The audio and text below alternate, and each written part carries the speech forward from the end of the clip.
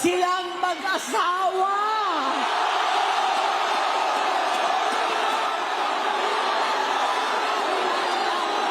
Naging gobernador siya ng Ilocos. Alam ng mga tao doon na halos hindi siya pumapasok. Tuwing kukumprontahin ko siya, ay nagsasabi siyang magbabago na siya, aalisin na niya ang bisyo. Hanggang sa may nagsumbong na naman sa akin na sa paggising pa lang sa umaga, kasabay ng almusal, marijuana pala.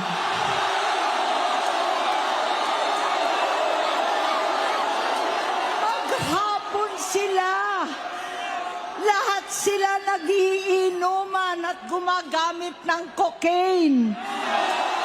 Kasama ng asawa at barkada.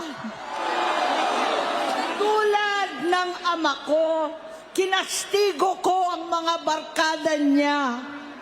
Ang nasirang si Bong Dasa, si Edvi Cruz, Inigo, Tony Boy, Sap Anton, alam po ninyo yan.